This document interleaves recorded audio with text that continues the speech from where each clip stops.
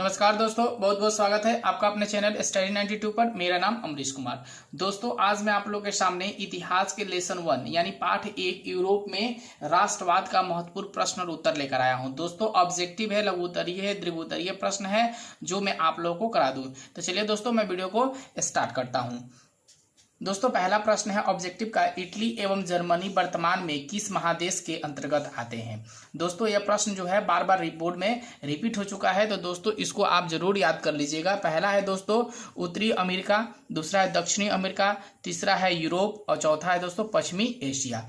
दोस्तों, इसमें से राइट आंसर कौन सा होगा तो जानते हैं आप। इसमें दोस्तों राइट आंसर होगा मेरा यानी कि 3 यूरोप। इटली में जर्मनी वर्तमान में किस महादेश के अंतर्गत आते हैं तो यूरोप महादेश के अंतर्गत आते हैं। ठीक है दोस्तों,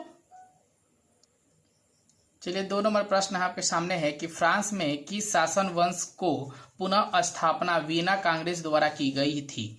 तो दोस्तों इसका ऑप्शन है ए कि हैप्सबर्ग, आर्डिया वंश, बुर्बो वंश और जारशाही।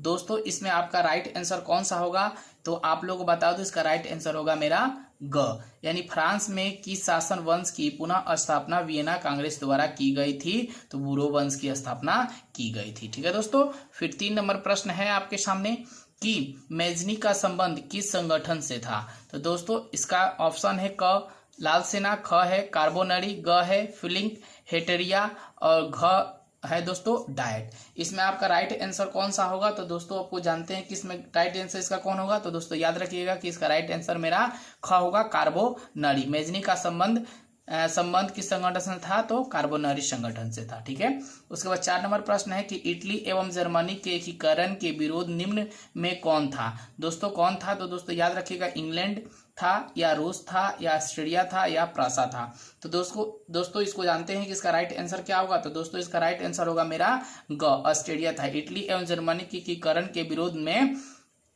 कौन था तो ऑस्ट्रेलिया था। ठीक है दोस्तों, 4 नंबर प्रश्न हो गया। फिर 5 नंबर प्रश्न पे हम चलते हैं कि काउंट काबूर को क्विक्टर इमैनुएल किस प्रकार पद पर नियुक्त किया गया। दोस्तों इसका ऑप्शन दिया है क सेनापति, ख फ्रांस के राजदूत, ग प्रधानमंत्री और घ गृह मंत्री। तो दोस्तों इसका राइट आंसर आप जानते हैं क्या होगा तो इसका राइट आंसर होगा दोस्तों प्रधानमंत्री पद पे इन्हें नियुक्त किया गया था। दोस्तों 6 नंबर प्रश्न है कि गोरीबाल्डी पेशे से क्या था। दोस्तों ये बहुत ज्यादा इंपॉर्टेंट प्रश्न है, बार बार बोर्ड में रिपीट हो चुका है, इसे जरूर याद करिएगा कि गैरीबाल्डी पेशे से क्या था तो दोस्तों 1 नंबर ऑप्शन दिया है सिपाही था, किसान था, जमींदार था और नाविक था। तो इसमें से ऑप्शन इसका राइट आंसर कौन सा होगा दोस्तों घ होगा कि वह पेशे से क्या था नाविक था। दोस्तों 7 नंबर प्रश्न आपके सामने है कि जर्मन राइन राज्य का निर्माण किसने किया था। दोस्तों इसका ऑप्शन दिया है लाई 18वां, नेपोलियन बोनापार्ट, नेपोलियन थर्ड और घ दिया है ऑप्शन बिस्मार्क। दोस्तों इसका राइट आंसर हमें क्या होगा तो दोस्तों याद रखिएगा कि नेपोलियन बोनापार्ट ने जर्मन राइन राज्य का निर्माण किया था। ठीक है, चलिए दोस्तों फिर 8 नंबर प्रश्न है कि जालवेरिन एक संस्था थी। दोस्तों जालवेरिन क्या थी, एक संस्था थी। ऑप्शन दिया है इसका क्रांतिकारियों की, व्यापारियों की, विद्वानों की और पादरी सम्मानतों की। दोस्तों इसका राइट आंसर आप जानते हैं कि जालवेरी किसकी संस्था थी, इसका राइट आंसर होगा दोस्तों ख व्यापारियों की। ठीक है, उसके बाद 9 नंबर प्रश्न है दोस्तों रक्त एवं लोह की नीति का अवलंबन किसने किया था। दोस्तों ये बार बार बोर्ड में रिपीट हुआ है प्रश्न, इसको याद जरूर करिएगा कि रक्त एवं लोह की नीति का अवलंबन किसने किया था। तो दोस्तों ऑप्शन दिया है क मेजनी, हिटलर, बिस्मार्क और विलियन। दोस्तों इसका आंसर क्या होगा, इसका राइट आंसर होगा दोस्तों बिस्मार्क ने किया था। ठीक है, 10 नंबर प्रश्न है कि चार्टिस्ट आंदोलन कहाँ संपन्न हुआ। दोस्तों ऑप्शन क दिया है ऑस्ट्रेलिया, इटली, जर्मनी और इंग्लैंड। इसका राइट आंसर दोस्तों क्या होगा आप जानते हैं, 10 नंबर का राइट आंसर हो जाएगा मेरा घ यानी कि इंग्लैंड। ठीक है दोस्तों, 11 नंबर प्रश्न आपके सामने है कि 1829 ईस्वी की एड्रियानोपुल की संधि किस देश के साथ हुई। दोस्तों ऑप्शन है तुर्की, यूनान, हंगरी और पोलैंड। दोस्तों इसका राइट आंसर क्या होगा तो दोस्तों तुर्की इसका राइट आंसर होगा। ठीक है दोस्तों, यहाँ मेरा ऑब्जेक्टिव समाप्त होता है। अब मैं आप लोगों के सामने अति लघु उत्तरीय प्रश्न बता दूं। ठीक है, चलिए दोस्तों 1 नंबर प्रश्न है कि राष्ट्रवाद क्या है। दोस्तों ये बार बार बोर्ड में रिपीट हो चुका है, इसको जरूर आप याद कर लीजिए कि राष्ट्रवाद क्या है। ठीक है दोस्तों, किसी विशेष भौगोलिक संस्कृति या सामाजिक परिवेश में रहने वाले लोगों में उत्पन्न होने वाली राजनीतिक चेतना जागृति ही राष्ट्रवाद है। दोस्तों बिल्कुल शॉर्ट आंसर है, इसको जरूर आप याद कर लीजिएगा, ठीक है। 2 नंबर भी प्रश्न जो है वो भी इंपॉर्टेंट है। मैजनी कौन था? दोस्तों मैजनी के बारे में आप जानते हैं, इसके पहले मैंने ऑलरेडी एक वीडियो बनाया था मैजनी के बारे में। तो मैजनी इटली का एक साहित्यकार, गणतांत्रिक विचारों का समर्थक और युग सेनापति था, ठीक है। वह संपूर्ण इटली का एकीकरण करना चाहता था। दोस्तों मैजनी के बारे में इतना ही, ठीक है। फिर आगे 3 नंबर प्रश्न है कि जर्मनी के एकीकरण की बाधाएं क्या थी? दोस्तों जर्मनी के एकीकरण की बाधाएं क्या थी? तो दोस्तों इसका राइट आंसर है कि जर्मनी करीब 300 छोटे छोटे राज्यों में विखंडित था और उनमें राजनीतिक, सामाजिक तथा धार्मिक विषमताएं थी। राष्ट्रवाद की भावना की भी कमी थी, ठीक है दोस्तों। फिर हम चलते हैं 4 नंबर प्रश्न पे। ये बहुत ज़्यादा इंपॉर्टेंट प्रश्न है, ये भी बार बार बोर्ड में रिपीट हुआ है कि मेटरनिक युग क्या है? दोस्तों मेटरनिक युग क्या है? यह एक ऑब्जेक्टिव भी प्रश्न आता है, लघु उत्तरीय में भी आता है कि मेटरनिक ऑस्ट्रेलिया का एक चांसलर था। इसके शासनकाल को मेटरनिक युग कहा जाता है। इसने इटली के एकीकरण का विरोध किया था। दोस्तों मेटरनिक युग कब से कब चला? तो याद रखिएगा दोस्तों 1830 से 1848 के बीच मेटरनिक युग चला था, ठीक है दोस्तों। अति लघु उत्तरीय प्रश्न दोस्तों समाप्त हुआ। अब मैं आप लोगों को बताऊंगा लघु उत्तरीय प्रश्न का 1 नंबर। 1848 के फ्रांसीसी क्रांति के कारण क्या थे? दोस्तों यह जो प्रश्न है बार बार बोर्ड में रिपीट हुआ है, क्योंकि यह 2 नंबर का प्रश्न बिहार बोर्ड में पूछता है। 2 नंबर पूछे या 3 नंबर पूछे, तो इसको जरूर याद कर लीजिएगा, ठीक है। 1848 ईस्वी की फ्रांसीसी क्रांति शासन वर्ग की निरंकुशता और अभिजातीय वर्ग की तानाशाही का परिणाम था, ठीक है। फ्रांसीसी जनता पर पुतानीपंथी विचार एवं प्रतिक्रियावादी विचारों को थोपने का प्रयास किया गया।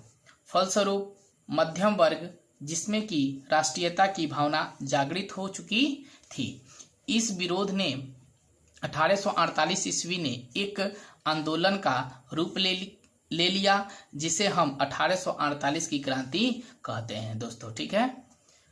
यह प्रश्न जो है बहुत ज़्यादा इंपॉर्टेंट है, इसको जरूर आप लिख लीजिएगा और इसे याद करिएगा, ठीक है दोस्तों। उसके बाद दोस्तों 2 नंबर प्रश्न है कि इटली जर्मनी के एकीकरण में ऑस्ट्रेलिया की भूमिका क्या थी?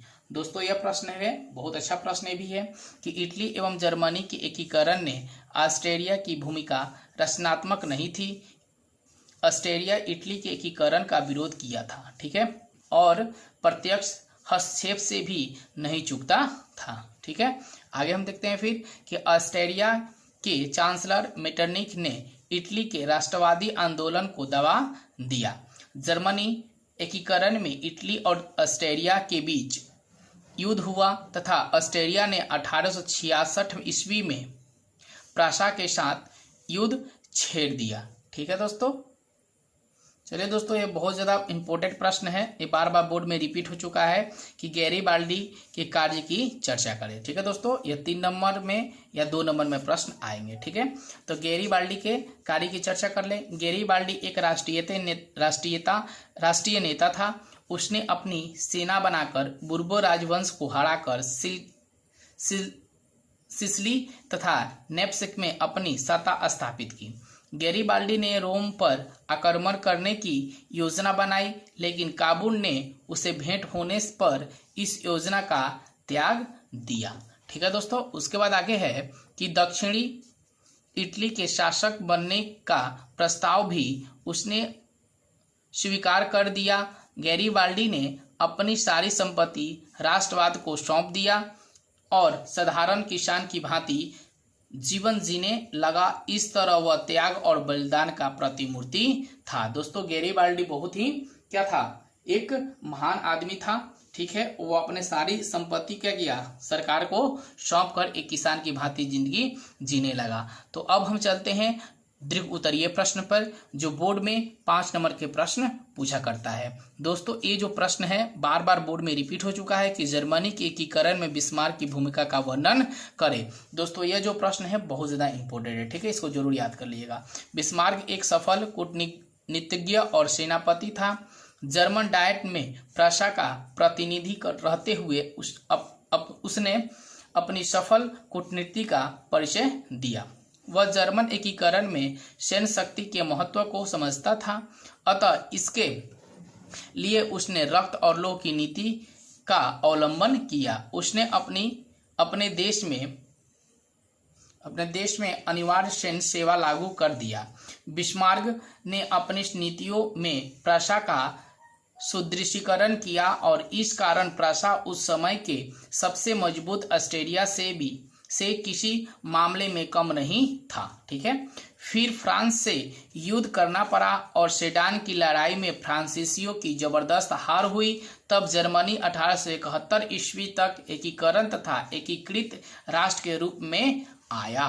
दोस्तों यहाँ यह प्रश्न का आंसर समाप्त होता है। ठीक है दोस्तों, फिर 2 नंबर प्रश्न जो है वह भी अच्छा प्रश्न है कि राष्ट्रवाद के उदय के कारणों एवं प्रभावों को चर्चा करें। दोस्तों ये जो प्रश्न है वो बोर्ड में इसी साल आया हुआ था कि राष्ट्रवाद के उदय के कारणों एवं प्रभाव की चर्चा करें। ठीक है दोस्तों, तो राष्ट्रवाद एक भावना है जो किसी विशेष भौगोलिक, संस्कृति या सामाजिक परिवेश में रहने वाले लोगों की एकता एवं राजनीतिक जागृति का प्रतिफल है।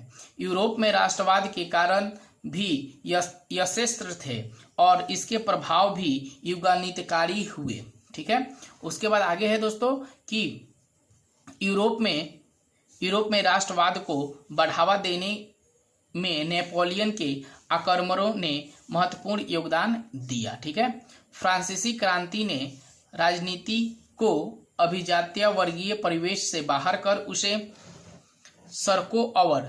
सड़कों और सर्वधारण की वस्तु बना दिया। इस प्रकार यह कहा जा सकता है कि तथा यूरोपीय राष्ट्रवाद के उपरांत पूरे विश्व के मानचित्र में बदलाव आ गया। दोस्तों यह प्रश्न जो है बहुत ज़्यादा इम्पोर्टेंट है। ये आखिरी प्रश्न है आप लोगों के सामने कि जुलाई 1830 की क्रांति का विवरण दे। दोस्तों ये बहुत ज़्यादा इम्पोर्टेंट प्रश्न है, इस साल बोर्ड में आने की बिल्कुल संभावना बन रही है। ठीक है दोस्तों, तो एक आंसर इसका है फ्रांस में उभर रही राष्ट्रीयता की भावना जन जन तक पहुंच चुकी थी और उसका समर्थन अनेक उदारवादी एवं सुधारवादी लोग कर रहे थे, परंतु चार्ल्स दशम जो निरंकुश एवं प्रतिक्रियावादी शासक था। ठीक है दोस्तों, आगे है थोड़ा सा कि संवैधानिक लोकतंत्र की स्थापना न हो, इस राह में उसने कई गतिरोध उत्पन्न किए। उसके प्रधानमंत्री प्लेनिक को समान नागरिक सहिंसा के स्थान पर शक्तिशाली अभिजात्य वर्ग की स्थापना की तथा उन्हें विशेषाधिकार प्रदान किए। 28 जुलाई 1830 ईस्वी को 4 अध्यादेशों के द्वारा उदार तत्व का गला घोंट दिया। फलस्वरूप फ्रांस में 28 जून 1830 ईस्वी से गृह युद्ध आरंभ हो गया। इसे ही जुलाई 1830 की क्रांति कहते हैं। दोस्तों अगर मेरी वीडियो अच्छी लगी हो तो एक लाइक बटन को दबाइएगा और ज़्यादा से ज़्यादा अपने दोस्तों में शेयर करिएगा। धन्यवाद।